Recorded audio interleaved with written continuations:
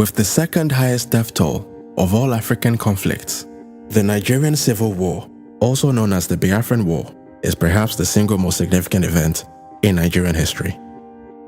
This 3-year conflict, which raged on from the 6th of July 1967 till the 15th of January 1970, would claim the lives of over 100,000 soldiers and an estimated 2 million civilians, as the Nigerian government, led by General Yakubu Gowon, fought to prevent the secession of the self-proclaimed Republic of Biafra, which was led by General Chukwuemeka Odumegu Ojukwu. To fully understand the root cause of this brutal conflict, we need to go all the way back to the very beginning. Upon gaining independence from Great Britain in 1960, the newly formed Nigerian Republic was greatly divided, as its 3 largest ethnic groups struggled to live in harmony. Beyond the more obvious distinctions like language, clothing, and marriage customs, Nigeria's 3 main ethnic groups also had fundamental differences in values and worldviews, which had been developed over the many centuries leading up to the colonial era and the formation of the Nigerian state. The Igbos, who represented about 60 to 70% of the population of the southeast, were mostly Christians who in the centuries before the colonial era had lived in relatively egalitarian societies. Although most Igbo towns and villages were headed by monarchs known as Ezes, the political decision-making process within Igbo communities was actually quite democratic, as it involved general assemblies composed of title holders and other respected members of Igbo society. Status was acquired through one's ability to solve societal issues, and respect was given primarily to those who had acquired wealth, as opposed to those who had simply inherited it. The character of Okonkwo in the book Things Fall Apart by renowned Nigerian author Chinua Achebe was in many ways the perfect illustration of the uniquely Igbo vision of the self-made man. The Igbo's particular appreciation for wealth creation through hard work is undoubtedly the main reason why many of Nigeria's champions of industry have been of Igbo ancestry. By contrast, the majority Muslim Hausa Fulani, which represented about 65% of the northern population, had lived for many years in feudal societies in which large working-class populations were ruled by a small theocratic elite composed of emirs and sultans. As their political leaders often doubled as religious leaders, compliance and submission to the will of the political establishment was not simply a civic duty, but a religious one. Very much unlike in Igbo societies, there was nothing particularly odd or shameful about a man aspiring to live a modest life as a farm worker, craftsman, or a nomadic cattle herder. But contrary to commonly held prejudices, the Hausa Fulani were not in any way lazier or inherently less enterprising than their southern counterparts. They simply had a deeper appreciation for religious discipline and had a more socially conservative worldview. However, there is no denying the fact that while the unquestioning submissiveness of northern societies to the theocratic establishment guaranteed internal stability and order, it also meant that the North was a lot less economically vibrant. Northerners were generally less open to new ideas and often completely rejected secular education in favor of Islamic education. Demonstrating the extent of Nigeria's North-South divide, some studies estimated that as at Nigeria's independence in 1960, northern Nigeria had an English literacy rate of just 2%, compared to the Southeast, which had an English literacy rate of 19.2%. The Yorubas, which formed about 75% of Nigeria's southwestern population, were in many ways a sort of halfway house between the Igbos and the Hausa Fulani, both in terms of their religious affiliation and their political history. Although also majority Christian, they nevertheless had significant populations of Muslims as well as followers of the ancient Yoruba religions. In simple terms, the traditional Yoruba political structure was basically less autocratic than the Hausa Fulani, but not as democratic as the Igbo. For centuries, Yoruba societies were ruled by kings known as Obas, who governed in close consultation with chiefs, priests, and priestesses. Culturally, the Yorubas were quite similar to the Igbo in their appreciation for individual drive and ambition. However, the Yorubas tended to channel their energies towards excellence in the arts and academia, as opposed to pure industry and wealth creation.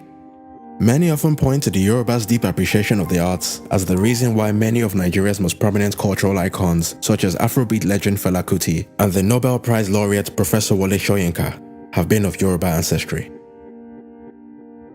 But to say that the differences between Nigeria's 3 main tribes meant that every Igbo, Yoruba, or Hausa Fulani person hated anyone who wasn't from their tribe would be very far from the truth.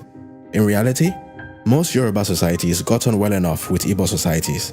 The main culture clash, if you like, was between the Hausa Fulanis of the north and the two major ethnic groups of the south.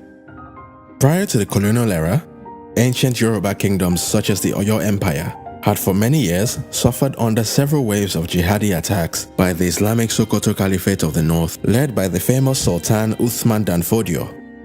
Now, although the Igbos did not have a similar history of warring with the Hausa Fulani, the British colonial enterprise would create the perfect environment for the sharp differences between these two tribes to be brought to the forefront. In 1914, British High Commissioner Frederick Lugard effectively created the country we know today as Nigeria by bringing the northern and southern regions together in the now infamous Nigerian amalgamation of 1914. Till this very day, the feeling amongst many Yoruba and Igbo historians is that one of the main purposes of this amalgamation was to place the more affluent south under the control of the autocratic north. The theory goes that by joining the more educated and therefore less controllable southern region to the much larger northern region, the British government was better able to implement its policy of indirect rule, as the amalgamation essentially gave dominion over the entire country to the northern elites, who were significantly less rebellious and generally more amenable to British interests. It is also worth noting that from 1914 onwards, the British adopted a practice of placing northerners in key leadership positions within the colonial administration. Despite being generally better educated, southerners were more often than not limited to managerial and executive roles within the colonial apparatus. When the struggle for Nigeria's independence began to take shape, it was mainly Yoruba and Igbo intellectuals such as the political activist Fumi Ransom Kuti and the renowned jurist Jaja Wachukwu that led the fight for Nigeria's sovereignty. According to some historians, many of the northern elites were not at all welcoming to the idea of an independent Nigeria, as they feared that independence would mean losing the privileged positions that they had enjoyed under the colonial structure. The story goes that as a condition for them agreeing to support the push for Nigeria's independence, the northern leadership specifically demanded that the new nation maintain its colonial political structure. And even though it pretty much guaranteed a continuation of the North's dominance, the Igbo and Yoruba leaders, in their desperation to gain independence at all costs, agreed to the North's demands. And so upon its independence on the 1st of October 1960, the Nigerian state was divided into three geopolitical regions, in which a disproportionately large northern region was united with two smaller eastern and western regions. Nigeria's British-style parliamentary government was led by its first and only Prime Minister, Alhaji Abubakar Tafawa Balewa, the northern co-founder of his political party, the Northern People's Congress. Tafawa Balewa's NPC party governed in coalition with the Igbo-aligned National Council of Nigeria and the Cameroons, which was led by Nigeria's Governor-General, Dr. Nnamdi Azikiwe, the man who would later go on to serve as the ceremonial president of the First Nigerian Republic, which was established in 1963. The Yoruba-aligned Action Group Party, which was headed by Chief Obafemi Awolowo, played the opposition role. If unity was the goal, then the Nigerian state had gotten off to a very bad start. Nigeria's parliamentary system was a bit of a farce, as Nigeria's three main parties were not built around ideology, but on ethnic nationalism. With the vast majority of Nigeria's general population still largely unfamiliar with the Western-style democratic system of their new country, pretty much everyone voted based on ethnicity. The Southwesterners voted for the AG, the Southeasterners for the NCNC, and the Northerners for the NPC. And as the Northern region was by far the largest constituency, the NPC was basically guaranteed control over Nigeria, as none of the other two parties could compete with the NPC's large northern voting base. As you can imagine, it was only a matter of time before the shoddy foundations on which the Nigerian state had been built began to show serious signs of strain. The entrepreneurial spirit of the Igbos would see many of them move out of their hometowns in search of all the opportunities their new nation had to offer. From Lagos to Benin, Port Harcourt, and even major northern cities like Kano and Kaduna, Igbos began to build businesses and pioneer new industries in the places they migrated to. But as is often the case with successful immigrants, it wasn't long before many of the locals, especially in the north, began to feel more than a bit uncomfortable with the success of their new neighbors.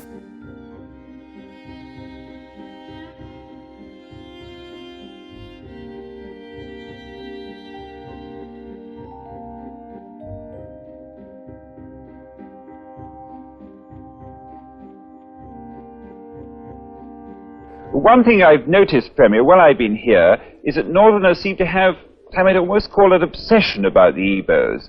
Could you perhaps explain that to me? Well, the Igbos are more or less the type of people whose desire is mainly to dominate everybody. If they go to a village, to a town, they want to monopolize everything in that area. If you put them in a labor camp as a laborer, within a year they will try to emerge as headman of that camp, and so on. Well, in the past, our people were not alive to their responsibilities, because you can see from our northernization policy that in 1952, when I came here, there weren't 10 northerners in our civil service here. Then I tried to have it northernized, and now all important posts are being held by northerners. Is this policy of filling all key posts in the north solely with northerners and not with other Nigerians a temporary or a permanent one? In actual fact, what it is a northerner first. If you can't get a northerner, then we take an expatriate like yourself on contract. If we can't, then we can employ another Nigerian, but on contract too. This is going to be permanent, I should say, as far as I can foresee, because it will be rather dangerous to see the number of boys who are now turning from all our learning institutions, coming out with having no work to do. I'm sure whichever government of the day might be, it will feel rather embarrassed, and it might even lead to bloodshed. Doesn't this damage the idea, sir, of all people in all regions in Nigeria being fellow citizens of one country? Well, it might, but you are, new to our region, but how many northerners are employed in the east or in the west? The answer is no. And if there are, there may be 10 laborers employed only in the two regions.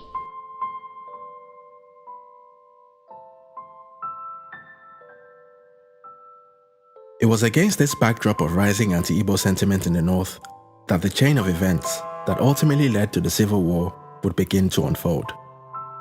By as early as the year 1966, most Nigerians had already begun to resent the ruling elite for their lavish lifestyles and lack of sensitivity to the concerns of the masses. Rumors about vote rigging, corruption, and backdoor deals between politicians and foreign companies began to spread, and there was a general sense of discontentment in the air. Deciding that enough was enough, Major Chukwuma Kaduna Nzeogu, an Igbo officer in the Nigerian army, instigated a revolutionary coup against the federal government. This coup would see the assassination of the Prime Minister Tafawa Balewa, the Premier of the Northern Region Sir Amadu Bello, as well as the Premier of the Western Region, Chief Samuel Akintola. But rather suspiciously, the President, Dr. Nnamdi Azikiwe, would manage to escape the bloodbath as he was out of the country on holiday when the coup took place. But despite the execution of many key members of the government, the coup led by Major Nzeogu was ultimately unsuccessful, as it was quashed by a different faction of the Nigerian army led by Major General Johnson Aguiyi Ironsi, who, interestingly enough, was also of Igbo ancestry. After managing to secure the surrender of the coup plotters, Aguiyi Ironsi was declared military head of state. But even though both the instigator and the stopper of the coup were of Igbo descent, various conspiracy theories began to spread in the north, suggesting that the entire thing was all part of an undercover master plan to put General Aguiyi Ironsi in power and transfer control of Nigeria over to the Igbos. Oddly enough, there was actually a fair bit of evidence in support of this theory. 4 out of 5 of the coup plotters were Igbo, and although Aguiyi Ironsi stopped the coup, he did not execute any of the coup plotters. To make matters worse, no significant Igbo leader was killed in the coup. President Nnamdi Azikiwe had avoided all the drama thanks to his suspiciously timed holiday, while Michael Okpara, the Premier of the Eastern Region, had also managed to survive the coup, even though he did end up losing his job to Colonel Chukwuemeka Ojukwu, the man who would later go on to lead Biafra's attempt to break away from Nigeria.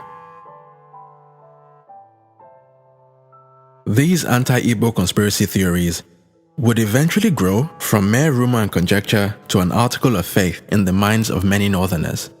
And on the 29th of July 1966, a group of Northern Army officers instigated a counter-coup against the Ironsi administration. Unlike the previous one, this coup was successful.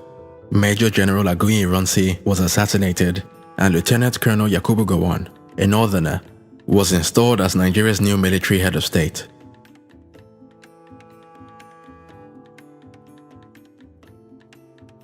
Unfortunately, the northern retaliation would not end there. In the 3 months following the coup, an estimated 8,000 to 30,000 Southeasterners living in the north would be attacked, killed, and robbed by local mobs. Fearing for their lives, over 1 million Southeasterners fled back to their homelands, leaving behind businesses, homes, churches, and in some unfortunate cases, children that had been the fruit of inter-ethnic marriages. With the deluge of refugees flooding back into the eastern region with shocking stories of betrayal and trauma, the Nigerian project was on the brink of collapse.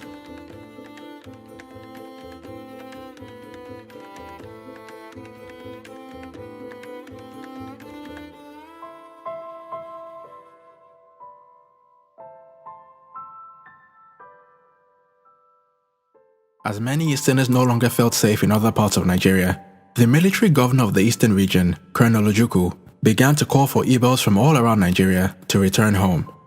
Rumors about the eastern region's impending breakaway from Nigeria became front-page news after it was reported that a plane carrying imported weapons had crashed in the eastern city of Enugu.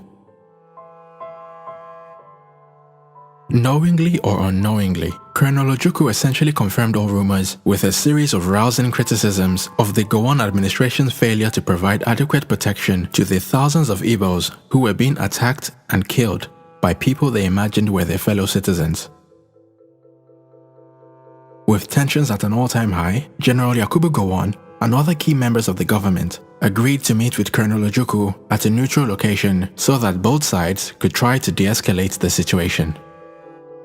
This 2-day meeting will take place in the Ghanaian town of Aburi from the 4th to the 5th of January 1967. To Gowon's great surprise, Colonel Ojukwu took the meeting very seriously and was very well prepared. He set out very clearly all of the eastern region's demands, which included greater political autonomy, greater control over the revenue from the southeast oil deposits, and also a restructuring of the Nigerian army in a way that devolved powers to the regions and got rid of the unfair recruitment quota system, which had allowed for a disproportionately large number of northerners to join the Nigerian army. Although many still debate what exactly was agreed at this meeting, General Ojukwu left Aburi fully convinced that Gowon had accepted all of the eastern region's demands.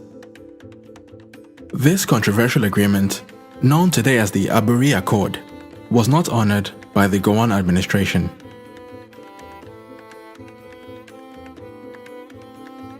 Upon returning to Nigeria, General Yakubu Gowon decided instead to break Nigeria's regions into smaller states and turn Nigeria into an American-style federation composed of 12 states. Except unlike in the American system, each state had very little autonomy and very little control over its own resources.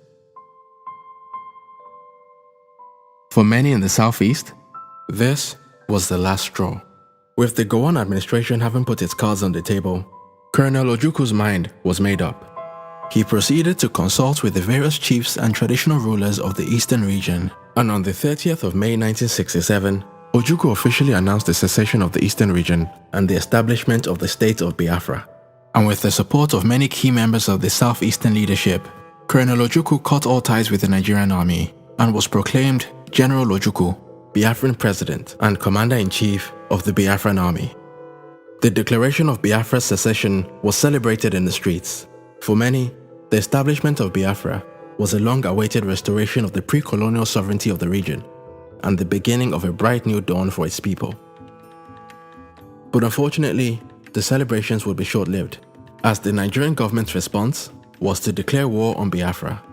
And although the Biafran army had no air force, no navy, and a chronic shortage of weapons and manpower, General Ojukwu was surprisingly optimistic about his new nation's ability to withstand the Nigerian army.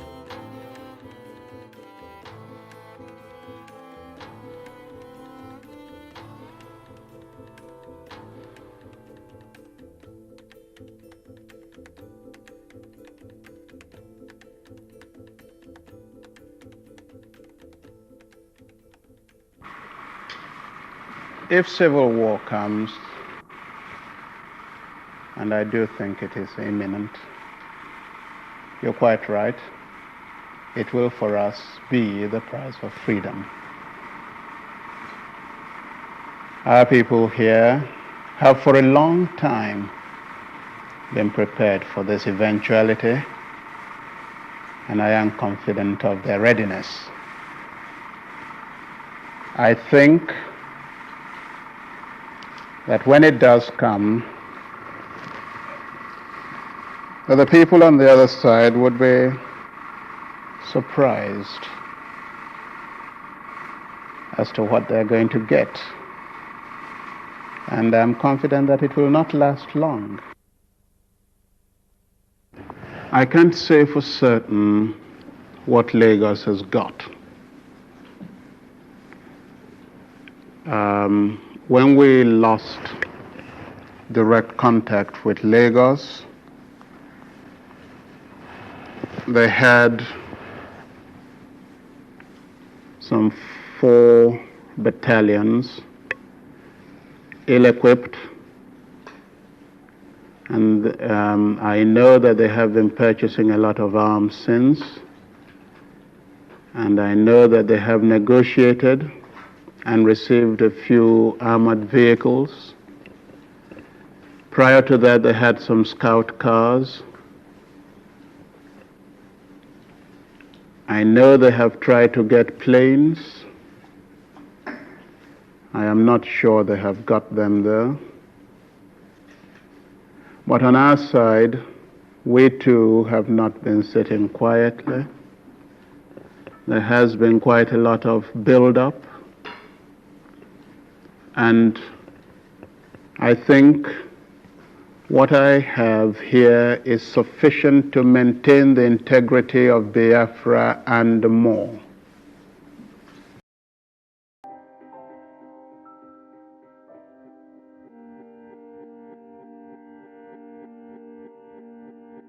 But putting aside General Ojuku's confident fighting talk, the reality of the matter was that Biafra was by far the underdog in this fight. The Nigerian military was larger, better funded, better trained, and had secured the support of Britain and other world powers. The expectation in Lagos was for the war to be over within a matter of weeks, or in the very worst case scenario, 6 months. But much to the surprise of the Nigerians, the Biafran army would prove a lot more resilient than they could have ever imagined. Despite being composed of a largely untrained and unskilled group of young men and teenage boys, the Biafrans would manage to withstand the Nigerian onslaught for 3 brutal years.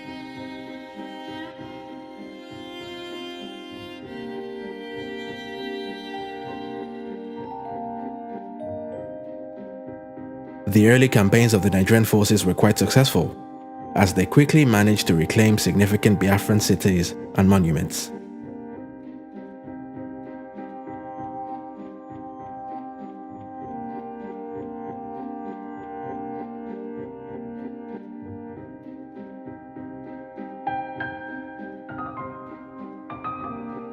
But after nearly a year of fighting, the war reached a stalemate as the Biafran army began to stand its ground and maintain control of key cities and towns. Within the nation itself, the civilian population tried to carry on living life as normally as they could. With most of the men and boys on the battlefront, it was up to the women to manage the day-to-day running of the country. But as the war raged on, any hopes that the civilian population had of continuing to live their normal lives began to fade away. With both sides unable to reach an agreement, despite several attempts at peace talks, including one in Ethiopia presided over by Ethiopian Emperor Haile Selassie, the Gowon administration came to the very reckless conclusion that the only way to break the deadlock would be to trigger its nuclear option.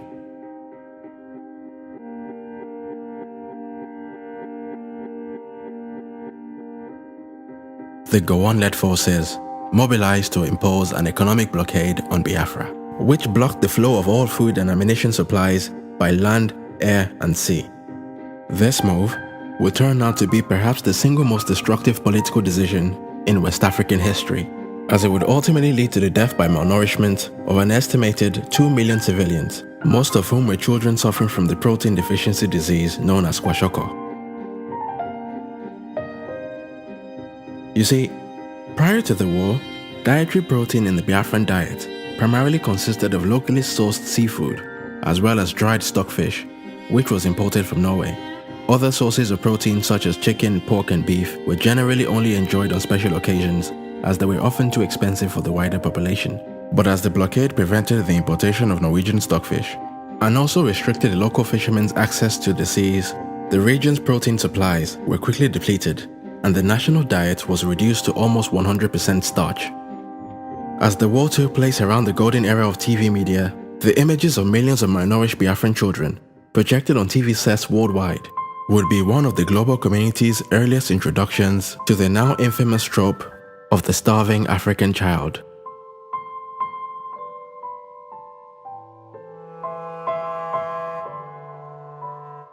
Although the Nigerian government strategy was indefensible, it is important to point out that the government's supposed reasoning at the time was that the blockade would be nothing more than a short, sharp shock, and that General Ojukwu, seeing the immense suffering of his people and the dwindling ammunition of his frontline soldiers, would have no other choice but to surrender.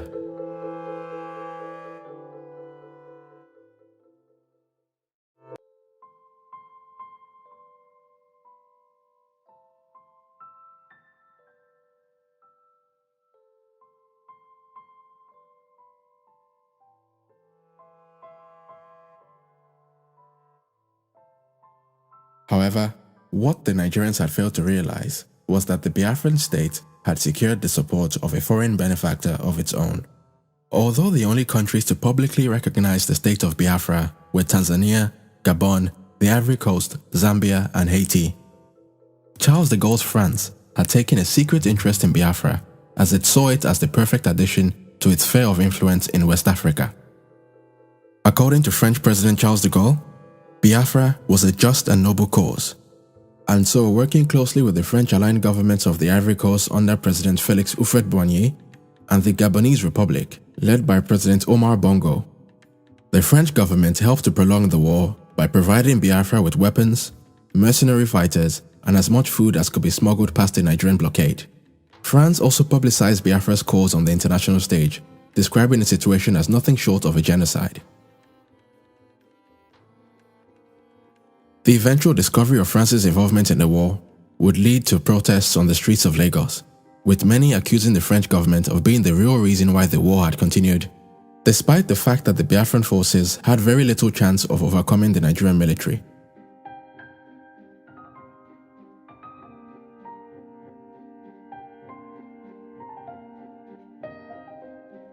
But did France really get involved in the war simply because Charles de Gaulle considered Biafra to be a just and noble cause?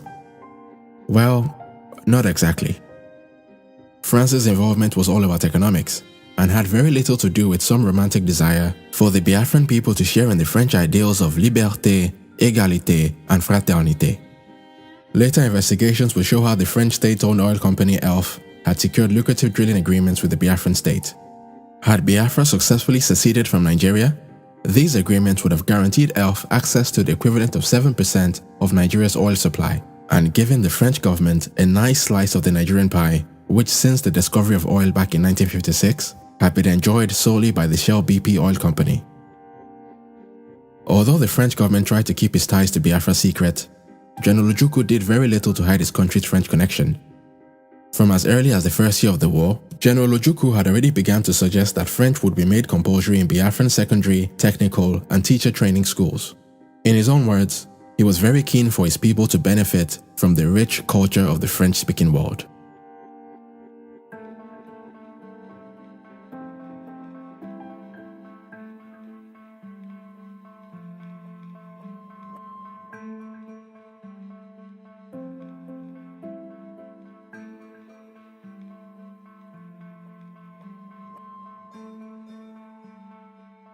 As the death toll began to rise exponentially, the whole world was becoming more aware of the level of carnage and immense suffering of the Biafran people.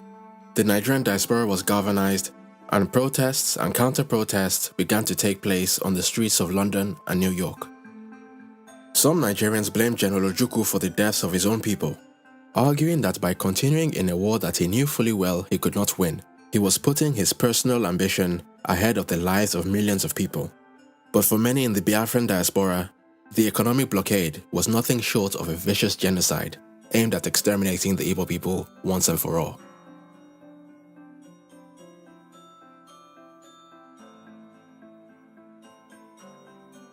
Another accusation that was thrown at General Ojukwu was that the only way he managed to cajole his army and his people to continue in the fight for Biafra was by reporting stories of false victories and by giving false guarantees about the imminent end of the war.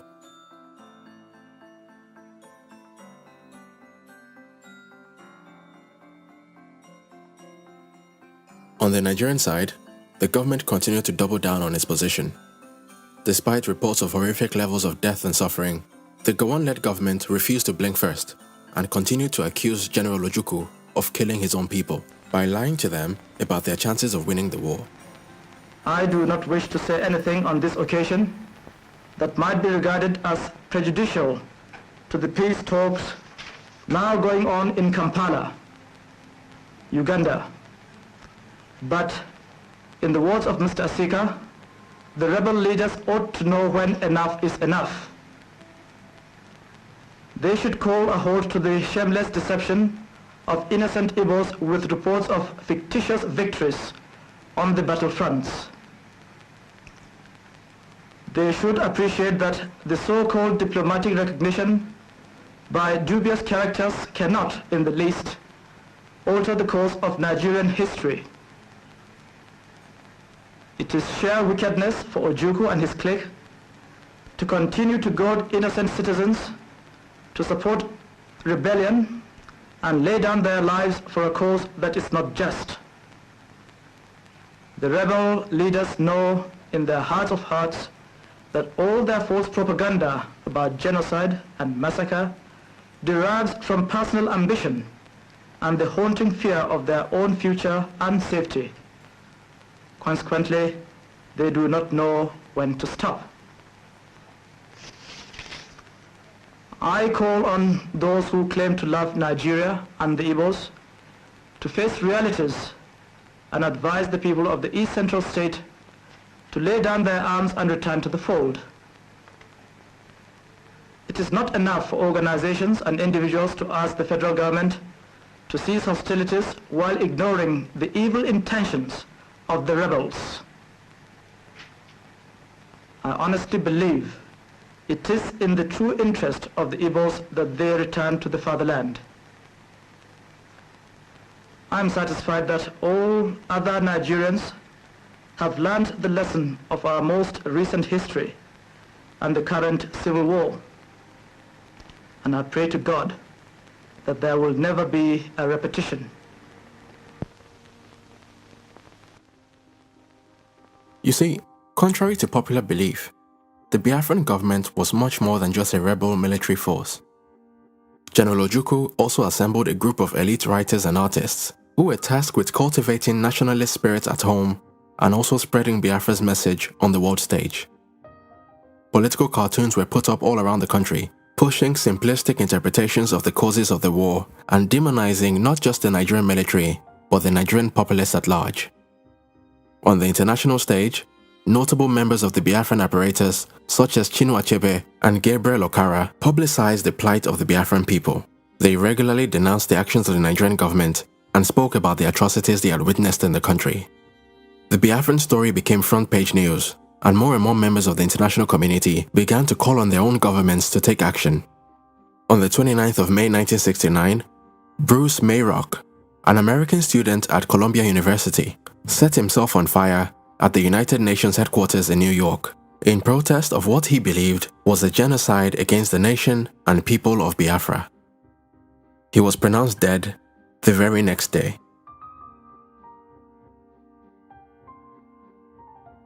With more and more of their own citizens calling for political intervention, the response from Nigeria's international backers was to ramp up their military support for the Nigerian forces to help them break the Biafran resistance once and for all. With their increased firepower, the Nigerian Federal Forces launched another major attack on the Biafran defense in the last week of December 1969. This final offensive, known as Operation Tailwind, was executed by a battalion led by Colonel Olusegun Obasanjo, a man who would later go on to be a two-time president of Nigeria. Operation Tailwind would ultimately break the deadlock. After over 3 weeks of heavy fighting, the last two major strongholds of Owerri and Uli fell to the Nigerian forces. Unwilling to go down with the Biafran ship, General Ojukwu fled by plane to the Ivory Coast, leaving behind his deputy Philip F. Young to negotiate the terms of Biafra's surrender to General Yakubu Gowon on the 14th of January 1970.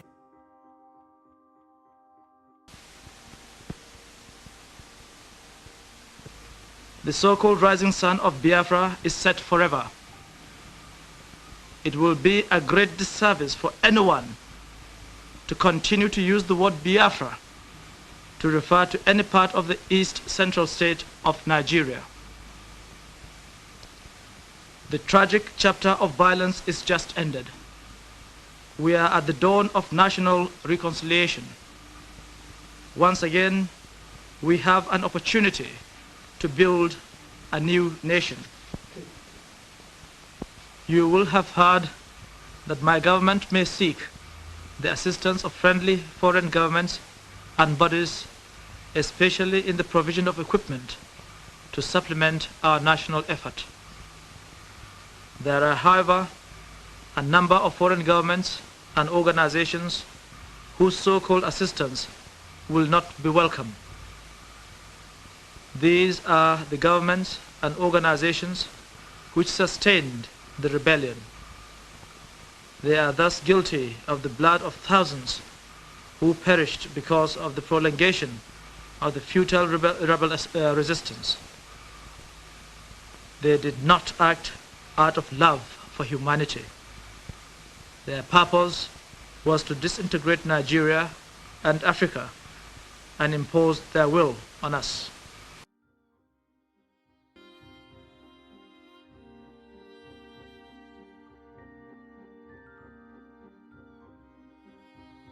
To say that the Nigerian government did not do enough to bring healing and reconciliation in the years following the war would be a gross understatement.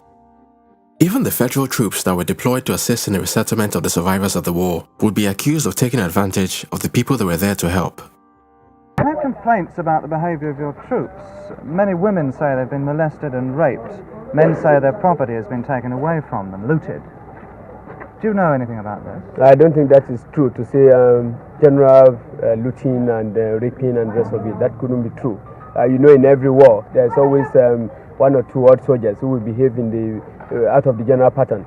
And well, I won't deny that there will be cases of this. And you do realize that it's not very easy for officers to be there all the time to check this type of thing. But everything is being done to keep the soldiers out of the villages, out of the roads, out of the towns. But here in the centre of this town, Colonel, I've personally seen soldiers taking household gear away from people's homes, loading it onto trucks and driving away. A sergeant major stopped one truck and made them take some stuff off. That sometimes we carry refugees with their belongings from the towns to the villages. Yeah. This could be. But this was just property being taken out of a house, furniture, a bedstead, among other things. Well, that might be one of the cases, the few odd cases I've talked about. But there are always people around who will check this type of thing, you know.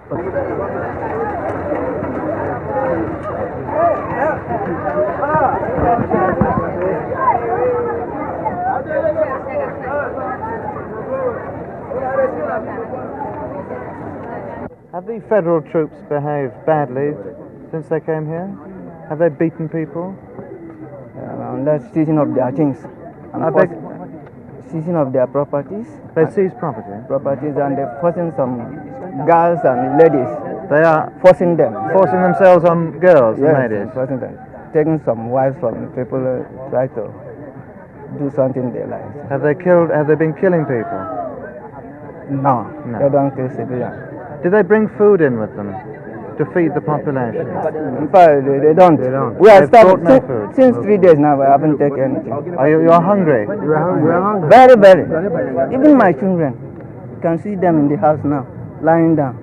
Nothing to take. The Biafra money, when we give them, they say no. The Biafra money is of no use. It's unused.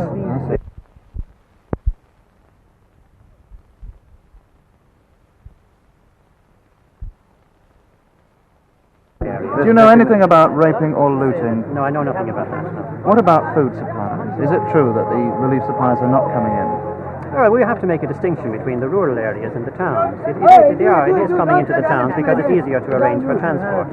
But obviously, it's more difficult to penetrate into the rural area. Have you seen any relief supplies here? Where's the feeding station?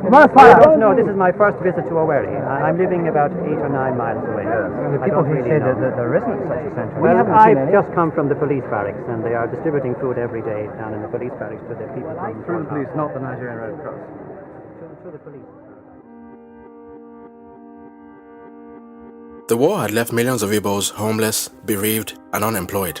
To make matters worse, Nigeria had changed its currency during the war, and so the many Easterners who still held the old Nigerian currency were left in a very precarious position. The man who was tasked by the Gowon administration to rectify the problem was the former opposition leader, Chief Obafemi Awolowo, who at the time was Nigeria's Commissioner of Finance. His solution was to simply award every Easterner a grand total of 20 Nigerian pounds, regardless of how much money he or she had in their bank account prior to the war. For obvious reasons, this policy was seen as a deliberate attempt to cripple the economic recovery of the Igbo middle and upper classes. It was also at this time that the Gowon administration passed the controversial indigenization decree, which basically forced all foreign-owned companies operating in Nigeria to sell a proportion of their shares to Nigerian citizens. With many Igbos left with just 20 Nigerian pounds to their name, the main beneficiaries of the indigenization policy were the wealthy Yoruba and Hausa Fulani elites. Even till today, the wealth of a few of Nigeria's most prominent Hausa, Fulani and Yoruba families can be traced all the way back to shares that were acquired under Gowon's indigenization policy. A whole 50 years have now passed since the end of the Civil War, but the ghost of Biafra continues to haunt the Nigerian state. Just 1 year after the death of General Ojukwu in 2011, a group known as the Indigenous People of Biafra, or IPOB for short, became the latest among several post-war Biafran secessionist movements that have tried to lead a second Biafran breakaway. The response from the Nigerian government has again been very heavy-handed, showing how little has been learned from the mistakes of the war. The IPOB leader, Nnamdi Kanu, has been arrested and harassed numerous times by the Nigerian state, which has only helped to energize his base and build his cult-like following. The Biafran question now occupies a menacing position in Nigeria's political terrain, and with each passing day, it is becoming very clear that the Nigerian government can no longer continue to sweep the matter under the carpet. The IPOB are not the only independence movement threatening to break the Nigerian Union. The oil-rich Niger Delta region, which despite being the source of Nigeria's wealth, remains one of the most underdeveloped regions in the country, has for many years been riddled with militant separatist groups such as the Niger Delta Avengers and the Niger Delta Greenland Justice Mandate. Similarly, for many years, a number of groups in the Yoruba heartlands have been calling for the creation of a separate Yoruba state that would be known as the Oduduwa Republic. The one thing that unites all of these groups is the strong belief that nothing has really changed since colonial times. In other words, the only group that still has a vested interest in the continuity of the Nigerian Union are the northern elites. And in all honesty, it doesn't take a rocket scientist to understand why this view is so prevalent. There is no doubt that a breakup of Nigeria would most likely lead to economic ruin for a lot of rich and powerful northerners who could potentially find themselves left behind in a landlocked country with no access to the sea, no oil revenue, and a large undereducated population, of which an estimated 50% of women have no formal education. When Frederick Lugard created Nigeria back in 1914, it was arguable that he had no idea how badly the Nigerian project would turn out. But what has become very clear over a century later is that Nigeria in its current state just does not work. For a country as large and as diverse as Nigeria, the concentration of power in the Nigerian federal government is a recipe for disaster. With large sections of its population continuing to express feelings of marginalization and disconnection from the federal government, many have been putting forward the very sensible case for a restructuring of the country in a way that devolves power from the federal government to the various regions. This would mean giving each region power over their own resources and a greater ability to decide their own destinies. But while the idea of devolving powers from the federal government may be good for Nigeria as a whole, it would obviously mean a loss of power for those who benefit under the current system. For obvious reasons, these vested interests are the biggest stumbling blocks preventing any sensible conversation about the state of the nation. For the sake of the many innocent and peace-loving Nigerians, one can only hope and pray that the Nigerian establishment chooses to loosen its tight grip on power before it's too late.